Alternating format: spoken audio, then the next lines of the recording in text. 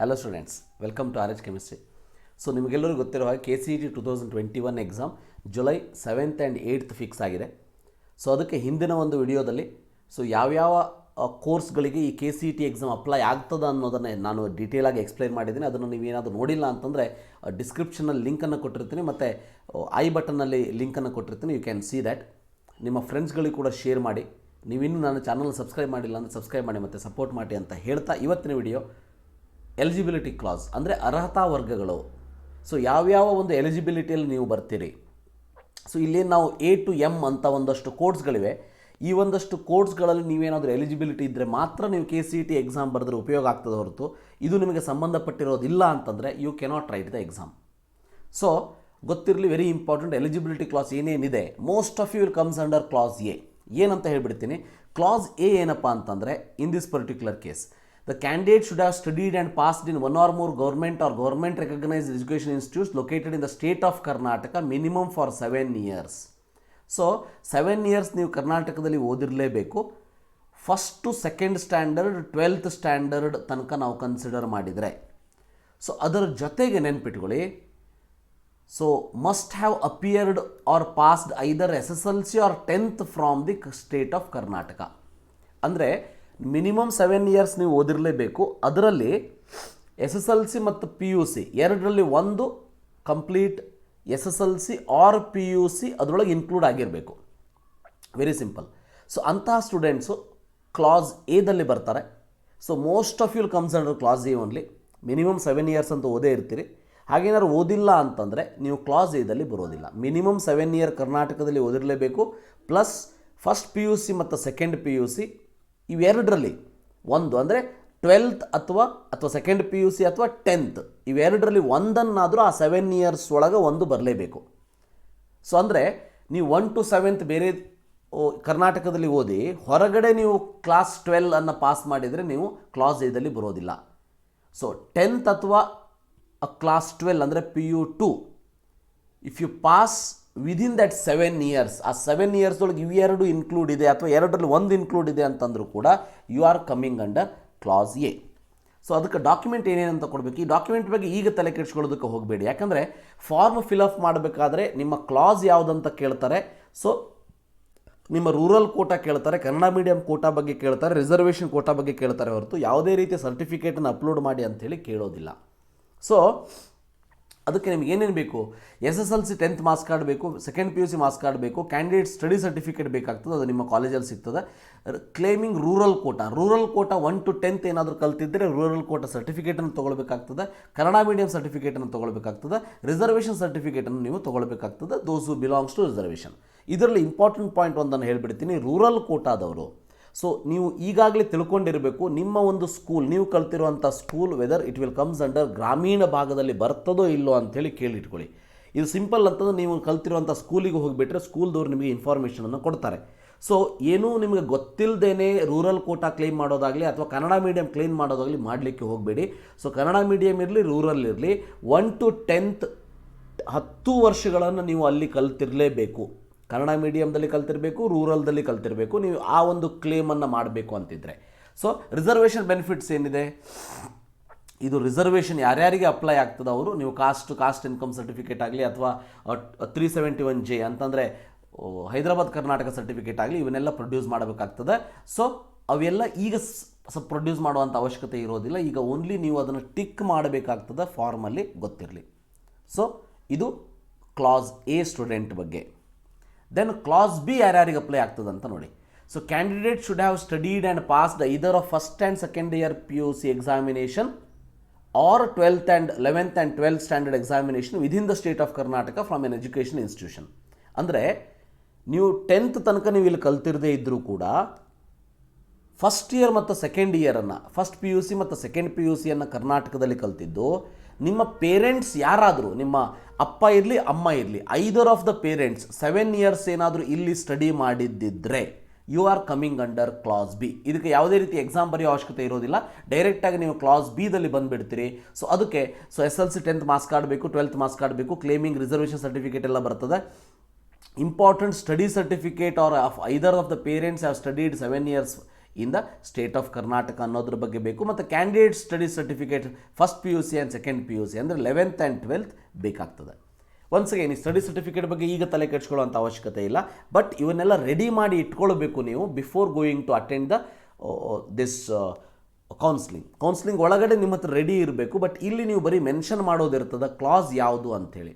So ಗೊತ್ತಿರಲಿ, class ಎದಲ್ಲಿ 7 years ಕರ್ನಾಟಕದಲ್ಲಿ ಸ್ಟೂಡೆಂಟ್ ಕಲ್ತಿದ್ರೆ ಮತ್ತು ಅದರೊಳಗೆ 10th ಅಥವಾ second P U C cover ಆಗಿದ್ದರೆ ಕ್ಲಾಸ್ ಎ.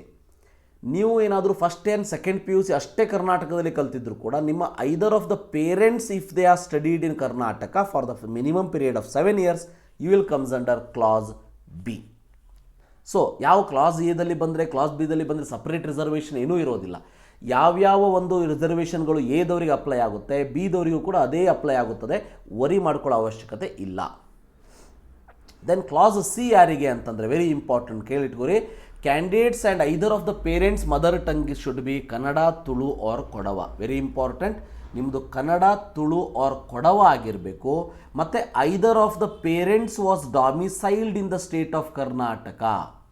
ಅಂದರೆ ನೀವು ಫಸ್ಟ್ ಪಿ ಯು ಸಿ ಮತ್ತು ಸೆಕೆಂಡ್ ಪಿ ಯು ಸಿ ಇಲ್ಲಿ ಕಲಿದೇ ಇದ್ದರೂ ನಡೀತದೆ.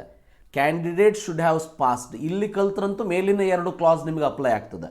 ಇಲ್ಲಿ ನೀವು first and second P U C ಕಲ್ತೇ ಇಲ್ಲ. So such candidates should have passed qualifying examination from a university or a board or any other institution located outside the Karnataka. So ನೀವು outside the Karnataka class 12 ಅನ್ನು class 11 ಅನ್ನು ಕಲ್ತಿರ್ತೀರಿ, ಮತ್ತು ನಿಮ್ಮ parents Kannada, Tulu ಮತ್ತು Kodava mother tongue ಇದ್ದವರಾಗಿರ್ತೀರಿ, ಮತ್ತು either of the parents was domiciled in the state of Karnataka. ಅಂದರೆ ಮೊದಲು ಕರ್ನಾಟಕದಲ್ಲಿ ಉಳಿದಿರೋ ಬಗ್ಗೆ ದಾಖಲೆಗಳು ಇರ್ತದೆ. ಸೊ ಅಂಥದ್ದೇನಾದರೂ ನಿಮ್ಮ ಹತ್ರ ಇದ್ರಿ ಅಂತಂದರೆ if you are presently residing outside the state of Karnataka on or before 1st May 2020, ಇಲ್ಲಿ 1st May 2020 ಅಂತ ಇದೆ, ಈ ವರ್ಷ ಚೇಂಜ್ ಆಗ್ತದೆ ಯಾಕಂದ್ರೆ this I have taken it from 2020 ಈ ಬ್ರೋಷರಿಂದ ತೊಗೊಂಡಿದ್ದೀನಿ. So provided that the candidate shall undergo Kannada language test conducted by KEA. So ಕರೆಕ್ಟಾಗಿ ಅರ್ಥ ಮಾಡ್ಕೊಳ್ಳಿ. ಸೊ ನೀವು ಅಪ್ ಟು 12th ಇಲ್ಲಿ ಕಲ್ತಿಲ್ಲ, student have not studied, but ನಿಮ್ಮ ಪೇರೆಂಟ್ಸು ಕರ್ನಾಟಕ ಡಾಮಿಸೈಲ್ ಇದ್ದವರಿದ್ದೀರಿ. Addition to that remember you are now residing outside the state of Karnataka. Such students comes under clause C, and the clause C students should write Kannada language test conducted by KEA after your board exam. So Kannada ಟೆಸ್ಟನ್ನು ಯಾವಾಗ ಮಾಡ್ತಾರೆ ಅಂದರೆ 7th and 8th ನಿಮ್ಮ KCET test ಇದೆ, 9th ನಿಮಗೆ ಹೊರನಾಡು ಕನ್ನಡಿಗರಿಗೆ, ಗಡಿನಾಡು ಕನ್ನಡಿಗರಿಗೆ Kannada test ಇರ್ತದೆ. ಗೊತ್ತಿರಲಿ, ಅದಕ್ಕೆ ಸಿಲೆಬಸ್ ಆಗಲಿ ಅಥವಾ ಕ್ವಶನ್ ಪೇಪರ್ ಆಗಲಿ ನಿಮಗೆ KEA ವೆಬ್ಸೈಟಲ್ಲಿ ಸಿಗ್ತದೆ, ಅದನ್ನು ನೀವು ಯೂಸ್ ಮಾಡ್ಕೊಳ್ಬೋದು. ಡಾಕ್ಯುಮೆಂಟ್ಸ್ ಏನು ಬೇಕು ಅಂದರೆ ಒನ್ಸ್ ಅಗೇನ್ 10th ಇರಲಿ, SSLC ಇರಲಿ, 12th ಮಾರ್ಕ್ಸ್ ಕಾರ್ಡ್ ಆಯಿತು, ಆ ಡಾಮಿಸೈಲ್ ಸರ್ಟಿಫಿಕೇಟ್ ಬೇಕಾಗ್ತದೆ ನಿಮ್ಮ ಪೇರೆಂಟ್ಸದ್ದು, ನೀವು ಇಲ್ಲಿ ಇದ್ದೀರಿ ಅನ್ನೋದಕ್ಕೂ ಬೇಕು ಮತ್ತು ಇಲ್ಲಿ ಮೊದಲು ಇದ್ರಿ ಅನ್ನೋದಕ್ಕೂ ಬೇಕು, ಮತ್ತು ಈಗ ಡಾಮಿಸೈಲ್ ಔಟ್ಸೈಡ್ ದ ಕರ್ನಾಟಕ ಅನ್ನೋದಕ್ಕೂ, ಔಟ್ಸೈಡ್ ದ ಕರ್ನಾಟಕ ನೀವು ಯಾವ ಸಿಟಿಯಲ್ಲಿ ಇರ್ತೀರಿ ಆ ತಹಶೀಲ್ದಾರ್ ಸೈನ್ ಮಾಡಿರುವಂತಹ ಡಾಮಿಸೈಲ್ ಸರ್ಟಿಫಿಕೇಟ್ ಅವಶ್ಯಕತೆ ಇರ್ತದೆ. Outside the Karnataka also and within the Karnataka also you have to provide domicile certificate. Then candidate study certificate ಬೇಕು, ಟ್ರಾನ್ಸ್ಫರ್ ಸರ್ಟಿಫಿಕೇಟ್ ಬೇಕು, father mother 10th marks card ಬೇಕು, in which your mother tongue should be Kannada, Tulu or Kodava ಅನ್ನೋದು mention ಇರಬೇಕು. So mother tongue should be Kannada, Tulu, Kodava ಅನ್ನೋದು ಇರಬೇಕು. And ಅದಕ್ಕೆ ಒಂದು ಸ್ವಾರ್ನ್ ಸರ್ಟಿಫಿಕೇಟನ್ನು ಮಾಡಿಸ್ಬೇಕಾಗ್ತದೆ. ಇದನ್ನು ನೀವು ಡಿಕ್ಲರೇಷನ್ ಮಾಡಿಸ್ಬೇಕು, ಕೋರ್ಟಲ್ಲಿ ಒಂದು ಅಫಿಡವಿಟನ್ನು ಮಾಡಿಸ್ಬೇಕಾಗ್ತದೆ, declaration regarding mother tongue of the candidates. So ಇಷ್ಟು ಕ್ಲಾಸ್ ಸಿದವರಿಗೆ. ರಿಮೆಂಬರ್, ಕ್ಲಾಸ್ ಸಿ ಯಾರ್ಯಾರಿಗೆ ಬರ್ತದ ಅಂತಂದರೆ, ಸೊ ನೀವು ಐದರ್ ಆಫ್ ದ ಪೇರೆಂಟ್ಸ್ ಇಲ್ಲಿ ಉಳಿದಿರಬೇಕು, ಅಂದರೆ before this you have resided in the Karnataka and your mother tongue is Kannada, Tulu or Kodava, and student have not studied in the Karnataka. So outside the Karnataka ನೀವು ಈಗ ಇರಬೇಕು ಮತ್ತು ನಿಮ್ಮ ಸ್ಟೂಡೆಂಟು ಕೂಡ ಔಟ್ಸೈಡ್ ದ ಕರ್ನಾಟಕನೇ ಕಲ್ತಿರಬೇಕು. ಅಂಥವರು ಒಂದು ಕನ್ನಡ ಲ್ಯಾಂಗ್ವೇಜ್ ಟೆಸ್ಟನ್ನು ಬರೀಬೇಕಾಗ್ತದೆ. Then you are coming under Karnataka state quota. ಅದಕ್ಕೆ ತಕ್ಕಂಗೆ ಸರ್ಟಿಫಿಕೇಟನ್ನು ನೋಡ್ಕೊಳ್ಳಿ, ರೆಡಿ ಇಟ್ಕೊಂಡಿರಿ, ಈಗ ಅದರ ಅವಶ್ಯಕತೆ ಇರೋದಿಲ್ಲ. ಅದಾದಮೇಲೆ ಡಿ, ಕ್ಲಾಸ್ ಡಿ ಯಾರ್ಯಾರಿಗೆ ಅಂತಂದರೆ candidates whose mother tongue is once again Kannada, Tulu and Kodava. So have resided and studied for 7 years between 1st and 12th standard in disputed Kannada speaking areas of south Sholapur Akkalkot or Jat or Gandhiganj taluks of Maharashtra state or Kasaragod or Hosadurga or Manjeshwar taluks of Kerala state. ಇವೆಲ್ಲದನ್ನು ನಾವು ಗಡಿನಾಡು ಕನ್ನಡಿಗರು ಅಂಥೇಳಿ ನಾವು consider ಮಾಡ್ತೀವಿ. So ಅಂದರೆ you have to study minimum 7 years from 1 to 12th in these areas and your mother tongue should be Kannada, Tulu or Kodava, ಯಾವುದಾದ್ರೂ ಒಂದು.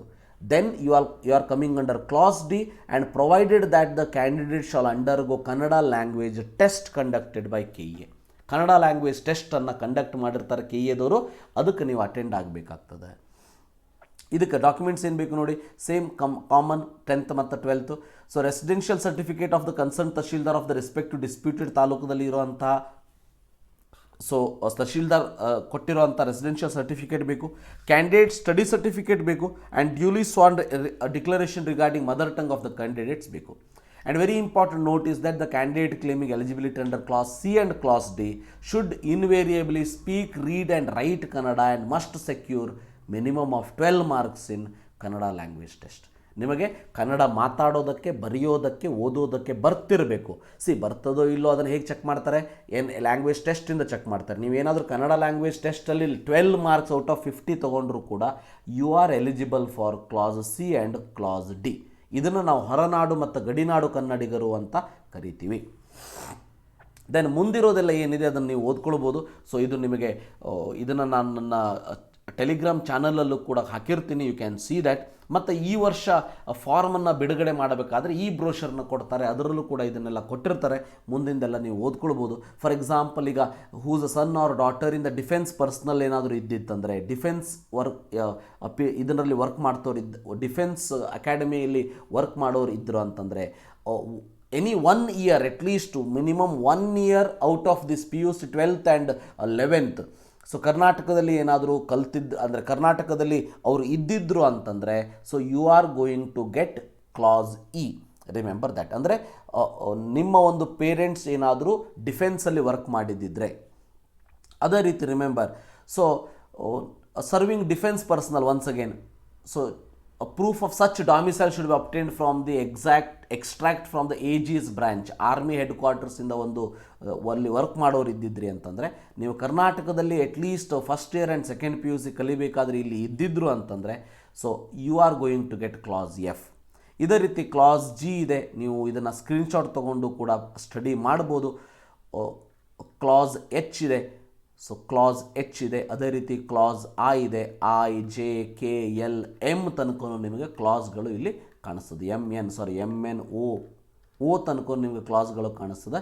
ಬಟ್ ವೆರಿ ಇಂಪಾರ್ಟೆಂಟ್ ಕ್ಲಾಸಸ್ ಅಂತಂದರೆ ಕ್ಲಾಸ್ ABCD ಮ್ಯಾಕ್ಸಿಮಮ್ ಸ್ಟೂಡೆಂಟ್ಸ್ಗೆ apply ಆಗುವಂಥದ್ದು. I think ಇದು ನಿಮಗೆ ಅರ್ಥ ಆಗಿದೆ ಅಂತ ಅಂದ್ಕೊಳ್ತೀನಿ. ಹಾಗೇನಾದರೂ ನಿಮಗೆ ಯಾವುದೇ ರೀತಿ ಡೌಟ್ಸ್ ಇದ್ದರೂ ಕೂಡ ನನ್ನ ಮೇಲ್ ID ಕೆಳಗೆ ಡಿಸ್ಕ್ರಿಪ್ಷನ್ ಬಾಕ್ಸಲ್ಲಿ ಕೊಟ್ಟಿರ್ತೀನಿ, ನೀವು ನನಗೆ ಮೇಲ್ ಮಾಡಿ ಕೂಡ ಕೇಳಬಹುದು. ಸೊ ಹಾಗೇನಾದರೂ ಇನ್ನೂ ಜಾಸ್ತಿ ಇನ್ಫಾರ್ಮೇಷನ್ ಬೇಕು ಅಂತಂದರೆ ನನ್ನ ನಂಬರ್ ನಿಮಗೆ ಅಲ್ಲಿ ಬೇರೆ ಒಂದಷ್ಟು ವಿಡಿಯೋಗಳಲ್ಲಿ ಸಿಗ್ತದೆ. ಸೊ ನೀವು ಅದರ ಮೂಲಕನೂ ಕೂಡ ನಿಮ್ಮ ಒಂದು ಕ್ವೈರಿಯನ್ನು ಮಾಡ್ಬೋದು. ಸೊ ನಾನು ಫ್ರೀ ಇದ್ದಾಗ ನಿಮಗೆ ರಿಪ್ಲೈಯನ್ನು ಮಾಡ್ತೀನಿ ಅಂತ ಹೇಳ್ತಾ, ನಿಮ್ಮ ಫ್ರೆಂಡ್ಸ್ಗಳಿಗೂ ಕೂಡ ಇದನ್ನು ಶೇರ್ ಮಾಡಿ. ಸೊ ಸಬ್ಸ್ಕ್ರೈಬ್ ಮಾಡಿ ಮತ್ತು ಸಪೋರ್ಟ್ ಮಾಡಿ ಅಂತ ಹೇಳ್ತಾ ಇಲ್ಲಿಗೆ ಈ ವಿಡಿಯೋವನ್ನು ಮುಗಿಸ್ತಾ ಇದ್ದೀನಿ. Thank you for watching. Have a nice day.